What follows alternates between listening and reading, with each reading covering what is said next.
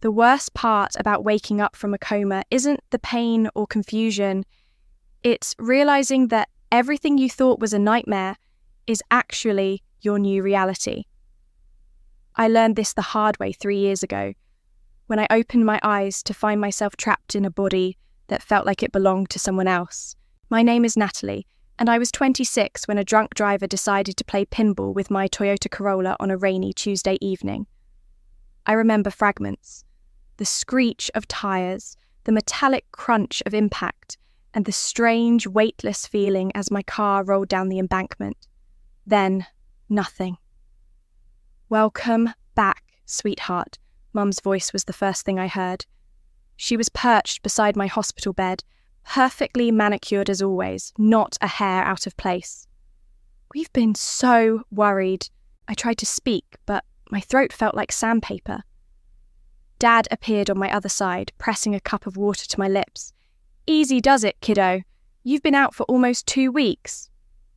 The next few days were a blur of doctors, tests, and devastating news. Multiple spinal fractures, severe nerve damage. The words partial paralysis and long-term rehabilitation floated around my room like unwelcome ghosts. But the good news, Dr. Harrison said, trying to sound optimistic, is that the driver's insurance is paying out a substantial settlement, $600,000 to cover your ongoing care and rehabilitation. Mum squeezed my hand. "We'll handle everything, sweetie. You just focus on getting better." I should have noticed the gleam in her eyes when she said that. My brother Quentin visited a week later, bringing his girlfriend Kayla and his usual larger-than-life presents. "Look who's finally awake," he boomed, making my head throb. "Man, sis, you really know how to get attention, don't you?" "Quentin," Dad warned, but there was no real authority in his voice. There never was when it came to my brother. "What? I'm just saying, it's kind of perfect timing. My new business venture is just taking off and—" "Not now." Mum cut him off, but they shared a look I couldn't quite read. My friend Lena, a lawyer I'd known since college, visited regularly. She helped me understand the settlement details, explaining everything in her calm, methodical way. "You need to be careful with this money, Nat," she said one afternoon when we were alone.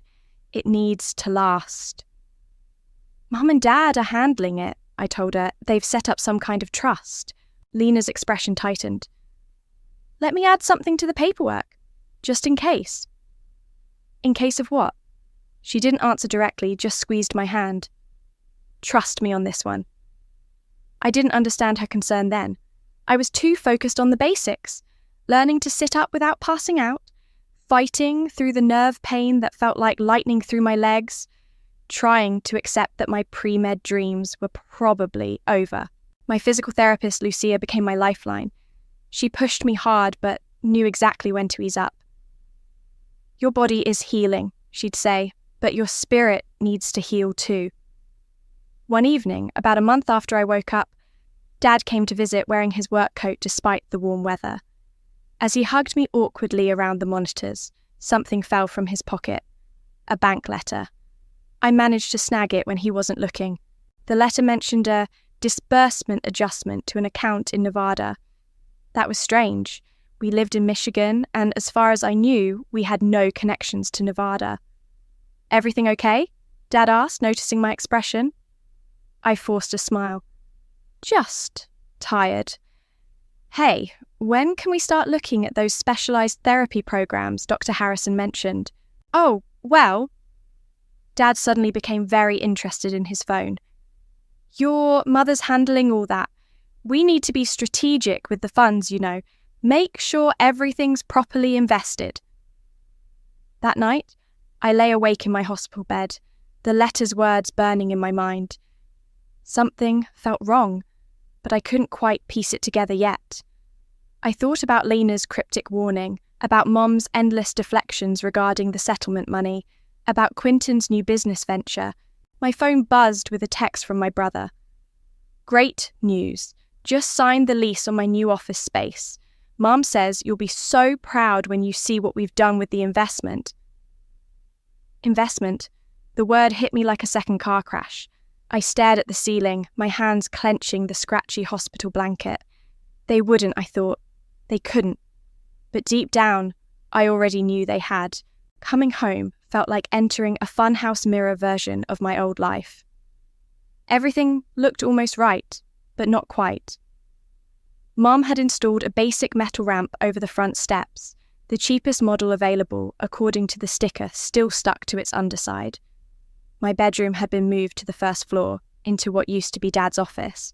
"We did our best with the modifications," Mum said, wheeling me inside. "The contractor wanted a fortune for those fancy grab bars and wider doorways, but we found some reasonable alternatives." Reasonable alternatives meant I could barely fit my wheelchair through the bathroom door, and reaching the sink was like solving a puzzle every morning. "When can we start the full renovation?"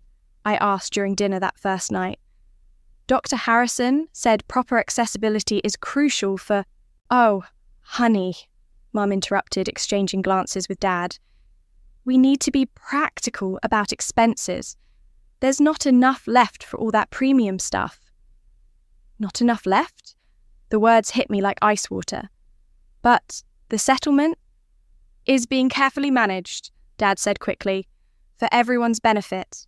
The next week, Quinton hosted a grand opening party for his new business venture, some kind of tech startup involving cryptocurrency and social media influencers. I couldn't follow his explanation, but I could certainly follow the money trail. The party was held at his new downtown office space, all gleaming glass and modern furniture. A champagne tower sparkled in the corner, and waiters circulated with expensive hors d'oeuvres. "Pretty impressive, right?" Kayla sidled up to my wheelchair, champagne flute in hand. "Quinton says the family support made all this possible. Isn't it amazing how everyone's coming together?" I forced a smile that felt like broken glass. "Yeah, amazing!" During my next physical therapy session, I couldn't focus. Lucia noticed immediately. "Your mind's somewhere else today," she said, helping me with my exercises. "Want to talk about it?" The whole story spilled out. The settlement, the mysterious bank transfers, Quinton's sudden prosperity. Lucia's hand stilled on my leg. "Natalie, you know you still have rights, right? That money was meant for your care." "I know," I whispered, "but what can I do? They're my family." "Family doesn't mean they own you." She hesitated. "And maybe you have more power than you think." That night, I called Lena for the first time since leaving the hospital. "I was wondering when you'd contact me," she said. "How much have they taken?" "I don't know exactly, but Quinton's new office alone must have cost— Send me everything you can find. Bank statements, transfer records, anything. And Natalie, remember that clause we added? It's still there, waiting." Before I could ask what she meant, Mum burst into my room without knocking. "Quinton's got a surprise for everyone," she announced. "Come to the driveway." There, gleaming under the streetlights, sat a brand new Porsche. Quinton was leaning against it, grinning like a game show host. "Pretty sweet, right?" he called out. "The business is really taking off. This is just the beginning." I watched as Mum and Dad fawned over the car, their faces glowing with pride. Kayla snapped photos for social media. No one seemed to notice or care that I had to park my wheelchair at an awkward angle just to see past them. Later, as everyone headed inside for celebratory drinks, I heard Dad and Quinton talking near the garage. "The insurance payment cleared?" Quinton asked. "Yeah, but we need to be more careful," Dad replied. "Let's just hope she never finds out." "Relax, she's not exactly in a position to do anything about it." I sat there in the darkness, my hands gripping my wheelchair's arms until my knuckles turned white. They thought I was helpless, weak, just a burden to be managed. That night, I sent Lena a text. "Tell me about this clause." Her response came immediately. "Come to my office tomorrow. It's time you learned about your insurance policy's fine print." I lay in bed, staring at the ceiling I could barely see through the darkness. The same ceiling my parents couldn't afford to install proper grab bars under, somehow. The house creaked and settled around me, and somewhere upstairs I could hear Quentin's muffled laughter. My phone buzzed again. Another text from Lena. By the way, keep every receipt, every bank statement, every email you can find. Document everything. Trust me. For the first time since the accident, I felt something other than pain and helplessness, something sharp and cold and clarifying. They thought they could steal my future because I couldn't walk. Fine. Let them think that. Let them think I was just their token disabled daughter, grateful for their scraps of attention and care. They had no idea what was coming. I decided to give them one chance to come clean. Maybe there was an explanation. Maybe I was wrong. I wheeled myself into the living room where Mom was arranging flowers, always keeping up appearances, and Dad was pretending to read the newspaper. We need to talk about the settlement money, I said quietly. The newspaper crinkled as Dad's hands tightened. Mom didn't turn around. What about it, sweetie? Her voice was honey-sweet, warning bells wrapped in sugar. Where is it? Mum finally turned, her smile perfect and practiced. It's being invested, dear, for the future of the family. My future, I corrected. It was meant for my care. And you're being cared for, aren't you? She gestured around the room. You have a roof over your head, food on the table, and a bathroom I can barely use. No proper therapy equipment. No, those things are expensive, Dad cut in. We had to make practical decisions. Like buying Quentin a Porsche? The room went silent. Mum's smile flickered, but held. Your brother's business ventures will benefit everyone, she said. The money will grow, and then we can look at those fancy modifications you want. When? Don't use that tone with your mother, Dad warned. I pulled out my phone where I documented everything. The settlement was deposited 4 months ago. Since then, there have been transfers to Nevada, payments to luxury car dealers, and $100,000 to Q Tech Ventures. Want to explain that? Mum's smile vanished. Have you been snooping through our papers? They're my papers, my money. You ungrateful little... Mum caught herself. After everything we've done for you. Done for me? You stole from me. We did not steal, Dad said firmly. We invested in Quentin, like always. As if summoned, my brother appeared in the doorway, Kayla hovering behind him. What's all the shouting about? He asked, though his smirk suggested he knew exactly what was happening. Your sister is being dramatic about money, Mum said. Again? Quentin rolled his eyes. You should be grateful you at least have a roof over your head. Do you know how expensive it is to take care of you? Not as expensive as your car payments, I shot back. That car is a business investment, he sneered. Something you wouldn't understand sitting around all day. I sit around all day because I can't afford the therapy I need. Oh, here we go with the guilt trip. Quentin threw up his hands. You know what? You're lucky we didn't put you in a home. Most families wouldn't deal with this burden. Mom didn't even scold him for saying it. She just stood there, arranging her stupid flowers. I pulled out my phone again and started recording. So, just to be clear, you all think it's okay to use my settlement money meant for my medical care, to fund Quentin's business? We're not having this conversation, Dad said. Why not? Afraid of saying it out loud? The money is tied up in promising ventures, Mum insisted. Everything we've done is for this family's future. My future matters too. Your future is secure, Dad said. You have us. I laughed, and it wasn't a happy sound. Yeah, I have you. Taking my money, treating me like a burden, and expecting me to be grateful for it. Later that night, I heard them arguing upstairs. I wheeled closer to the stairs, recording on my phone. She's getting suspicious, Dad was saying. We need to fix this before she finds out everything.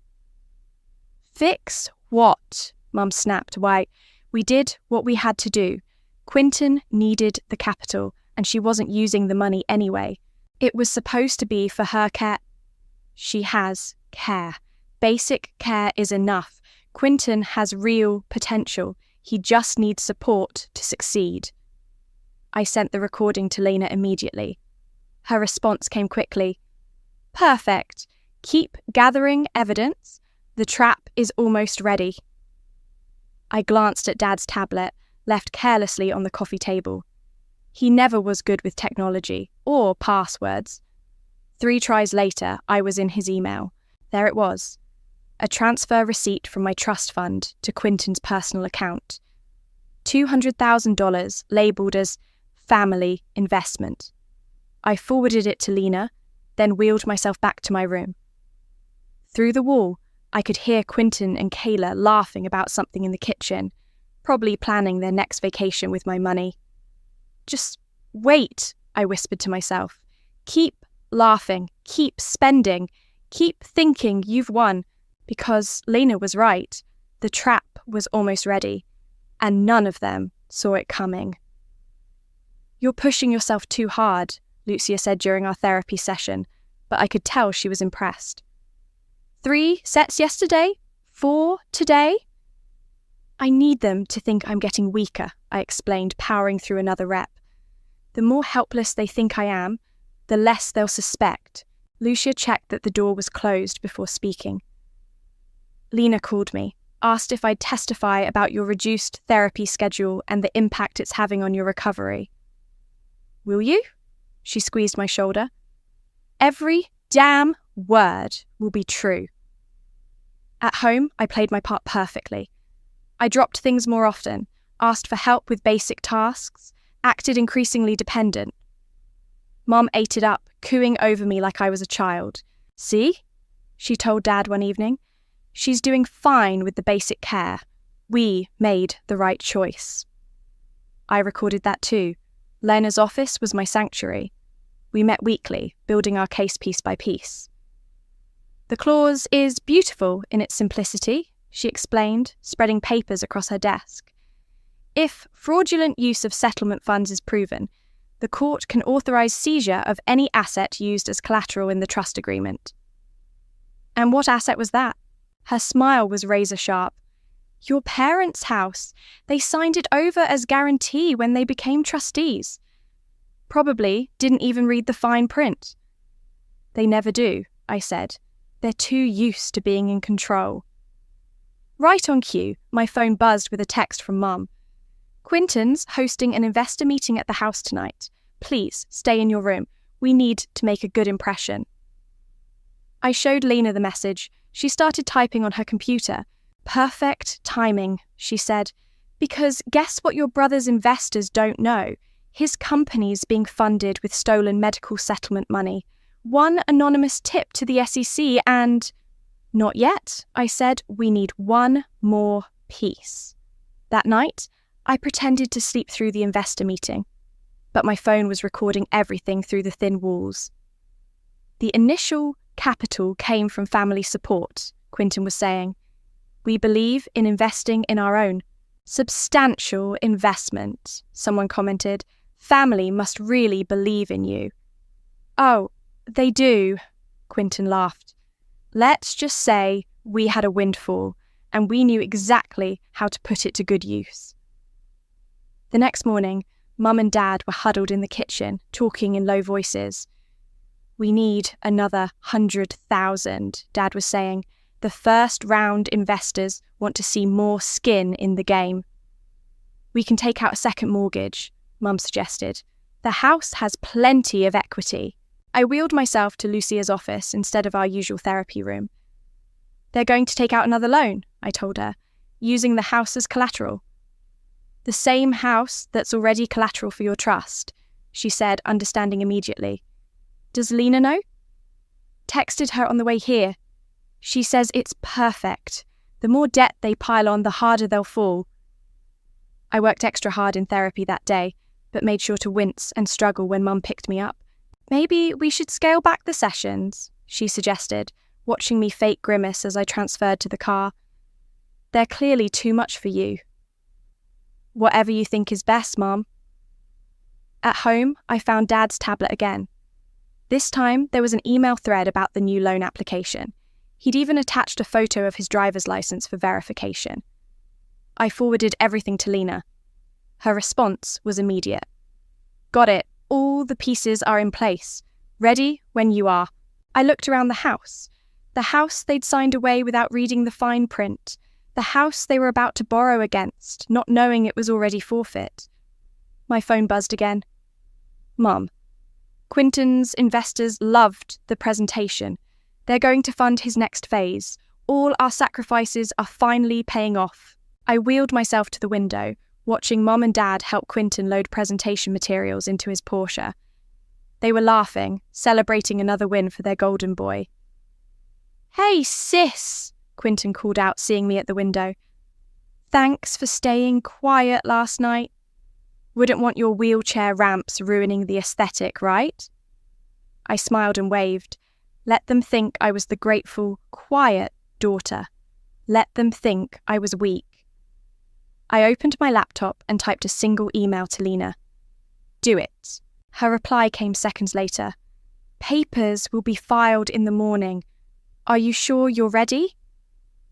I looked at my reflection in the window. The daughter they thought they could steal from. The sister they thought they could silence. The woman they thought they had broken. I'm ready. The trap was set, and tomorrow it would snap shut. The bank liaison arrived at exactly 9:06 a.m., her heels clicking on our front walkway.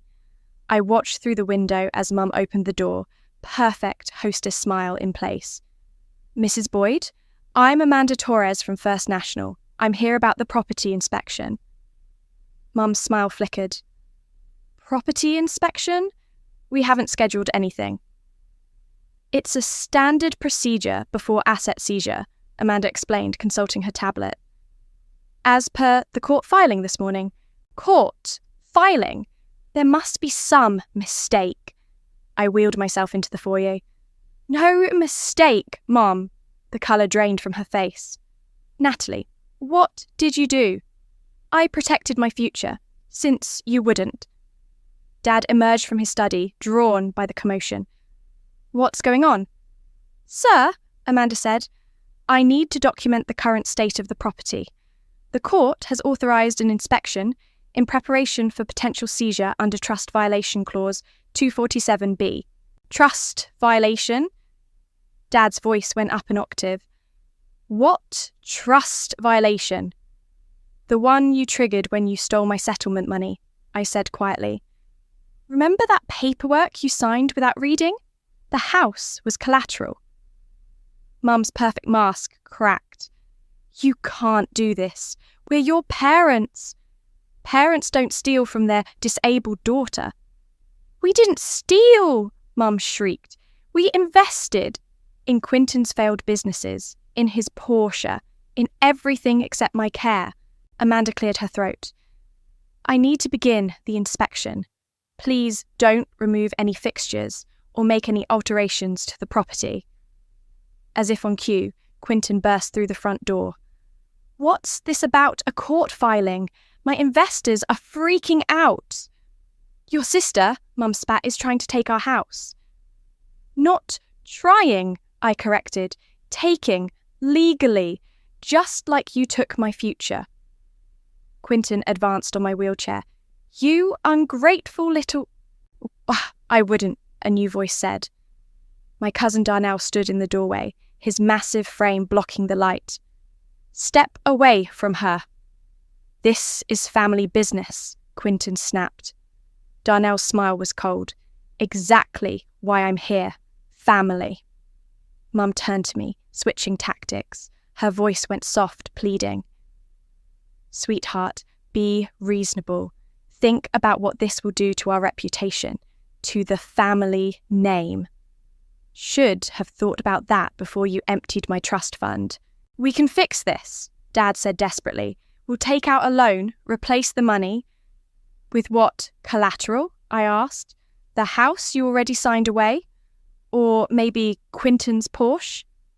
Amanda continued her inspection, taking photos and measurements, seemingly oblivious to the family drama unfolding around her. This will kill your mother. Dad tried again. Like making me skip therapy sessions didn't kill me. Like watching Quinton blow my care money on crypto didn't kill me. You're being dramatic, Quinton scoffed. I pulled out my phone. Really? Let's hear what you all have to say about it. I pressed play. Mum's voice filled the room. She wasn't using the money anyway. Then Dad's, we need to fix this before she finds out everything. And finally, Quinton's drunken boast to his investors. Let's just say we had a windfall, and we knew exactly how to put it to good use. The room fell silent except for Amanda's clicking camera and tapping keyboard. You recorded us, Mum whispered. I learned from the best, Mum. Always keep evidence, right? Isn't that what you taught me? The inspection is complete, Amanda announced. You'll receive formal documentation within 3 business days. Please remember, no alterations to the property. As she left, Darnell moved to stand behind my wheelchair. A silent guardian. You have 30 days, I said quietly. The court will give you 30 days to vacate. You can't be serious, Quinton laughed, but there was fear in his eyes. Where are we supposed to go? Maybe sell the Porsche? I hear those crypto investments aren't doing so well anyway. Mum collapsed onto the stairs, her perfect posture finally breaking. Please, Natalie, be reasonable. We can talk about this. Like you talked to me about spending my settlement. Like you talked to me about cutting my therapy. Like you talked to me about anything. Dad just stood there looking old and deflated. We thought we were doing the right thing. No, I said, wheeling myself towards my room. You thought I was too weak to fight back. That's a very different thing. This isn't over, Quinton called after me. I stopped and turned. Actually, it is. Check your investor emails. Turns out the SEC is very interested in medical settlement money being used for unauthorized business ventures. As I closed my door, I heard Mum start to cry. Not her usual manipulative tears, but real, broken sobs. I didn't feel guilty. I felt free. The court order arrived on a Tuesday morning. Mum refused to open it, so Dad did, his hand shaking as he broke the seal. 30 days, he confirmed, voice hollow. They're giving us 30 days to vacate. Quinton stormed in, waving his phone. My accounts are frozen. All of them. What did you do? Me? I raised an eyebrow. I didn't do anything. But it turns out using fraudulently obtained medical settlement money for business ventures is illegal. Who knew? You've ruined everything, he shouted. My investors are pulling out.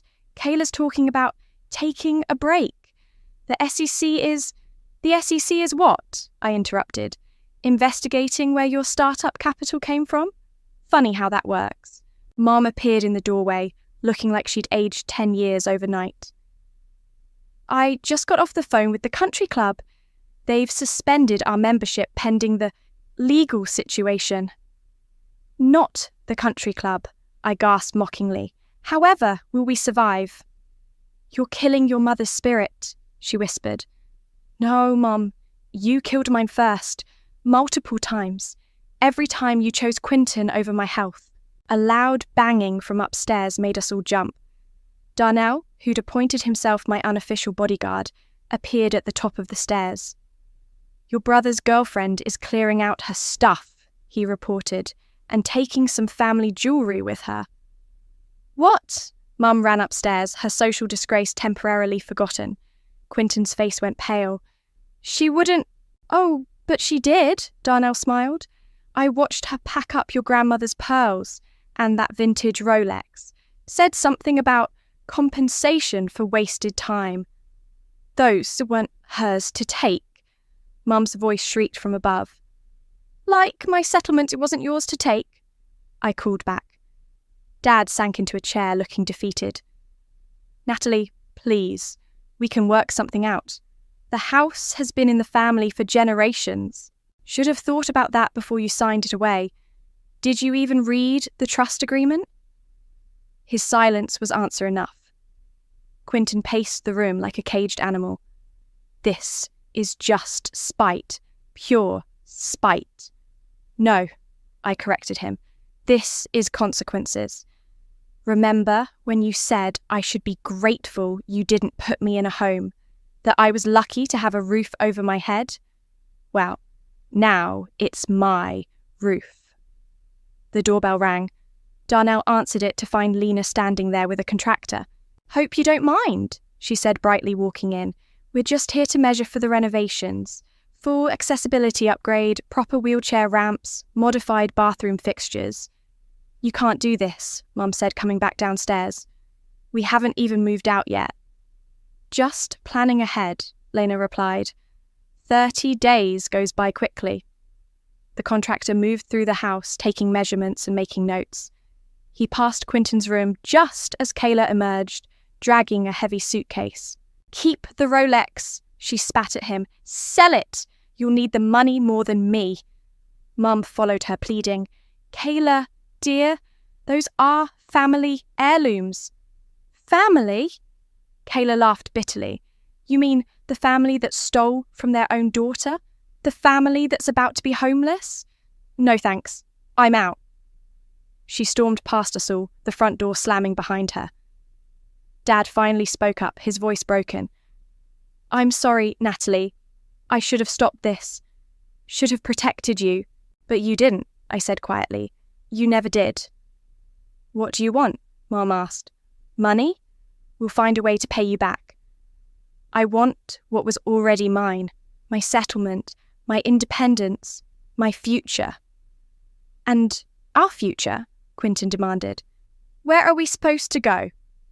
Maybe try one of those budget apartments you said would be good enough for me. The ones you suggested when you wanted to sell this house for your business? The contractor finished his measurements and approached me. We can start work in about 5 weeks. Full accessibility throughout. Therapy room in the converted bedroom, everything up to medical code. Perfect, I said. That's exactly what the settlement was meant for in the first place. Mum started crying again, but I'd grown immune to her tears. They were just water now, not guilt. Lena touched my shoulder. Need anything else today? I looked around at my family. Mum's mascara-streaked face, Dad's defeated slump, Quentin's impotent rage, the people who thought they could steal my future because I couldn't walk. No, I said. I think everything's exactly where it should be. The contractor's pencil scratched against his notepad, measuring out my new future in inches and feet. Every mark was a victory, every number a step toward independence. They had taken everything from me. Now I was taking it back. Moving day arrived with a grey sky and scattered rain. I watched from the front window as Dad loaded boxes into their rented U-Haul. Mum hadn't emerged from the house yet, still making a show of her devastation. Need help with that? Darnell called out to Dad, who was struggling with a heavy box. We don't need your charity, Mum snapped, finally appearing with her designer handbag clutched like a shield. Wasn't offering any, Darnell replied smoothly. Just thought you might want to avoid dropping your precious china. Quentin appeared last, carrying only a small duffel bag. His Porsche was already gone, sold to cover legal fees and investor paybacks. Happy now? He asked, glaring at me. Got your revenge? This isn't revenge, I said. This is justice. Keep telling yourself that. He kicked a box viciously. You've destroyed this family. No, you all did that when you stole from me. Mom approached my wheelchair, making one last attempt. Sweetheart, there's still time to reconsider. Think about what you're doing. Think about motherly love. Motherly love? I cut her off. Was it motherly love when you cancelled my therapy sessions to pay for Quentin's office furniture? Was it motherly love When you watched me struggle in a bathroom I could barely use while spending my settlement on his failed ventures? We were trying to secure everyone's future. No, you were betting my future on Quinton's dreams. How'd that work out? Dad paused in his loading. Natalie, please. Your mother's heart. Don't, I warned. Don't you dare make me the villain here. You had choices. You made them. These are the consequences. Lucia arrived then, carrying supplies for our afternoon therapy session. She'd be using the newly converted bedroom, my old bedroom, as a proper therapy space. Perfect timing, I said. You can help me check out the renovations. This is still our home, Mum protested weakly. Not anymore, Lena said, appearing with the final paperwork. As of noon today, the property transfers fully to Natalie. You need to be out by 2 p.m. Mum collapsed onto a chair, one of the few pieces of furniture remaining. Where did we go wrong? You want the list chronologically or alphabetically? I asked. You harbour such hate in your heart, she whispered. No, Mom, this isn't hate. This is balance. This is what happens when you treat your daughter like an ATM and expect her to thank you for it. Quinton stormed out, slamming the door hard enough to rattle the windows. Through the glass, I watched him walk away. No car to drive off in, no girlfriend to run to, no investors to bail him out. Dad finished loading the last box. The apartment's not much, but we'll manage. Like I had to manage? I asked, with inadequate care and empty promises. He looked at me for a long moment. I failed you. I see that now. Yes, you did. I'm sorry. I know, but sorry doesn't pay for the therapy I missed or the independence you stole. Mom finally stood, straightening her designer clothes, probably the last ones she'd be able to afford for a while. This house has been in our family for generations. And now it's in my part of the family, I said. The part you forgot about while chasing Quinton's dreams. They left quietly after that, the U-Haul coughing to life in the driveway. I watched them pull away, Mom not looking back, Dad checking the rearview mirror one last time. Lucia wheeled me through the house, now fitted with proper ramps, wider doorways, and all the modifications that should have been done months ago. How does it feel? She asked. Like justice. Darnell started bringing in my new medical equipment, a proper therapy table, exercise machines, everything the settlement should have bought in the first place. The mail arrived as we were setting up. Among the envelopes was a letter from a funeral home. I opened it with trembling fingers. Your Aunt Margaret passed last week, Lena explained, having known about it already. She left you something. Inside was a notice of inheritance, a second chance at security, but there was a condition, full severance of ties with Mom. She knew, I whispered. Aunt Margaret knew what they were doing. What are you going to do? Lucia asked.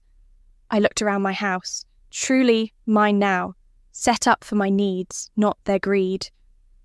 The therapy room waited, properly equipped. The accessible bathroom gleamed. Everything was as it should have been from the start. I lit a candle in the window, watching the flame flicker. The inheritance letter waited for my answer, but I wasn't ready to give it. Not yet. Some choices, I'd learned, deserved time to breathe. The autumn wind rustled through my newly installed automatic doors as I wheeled into my home office. My laptop displayed a fresh email from Lena.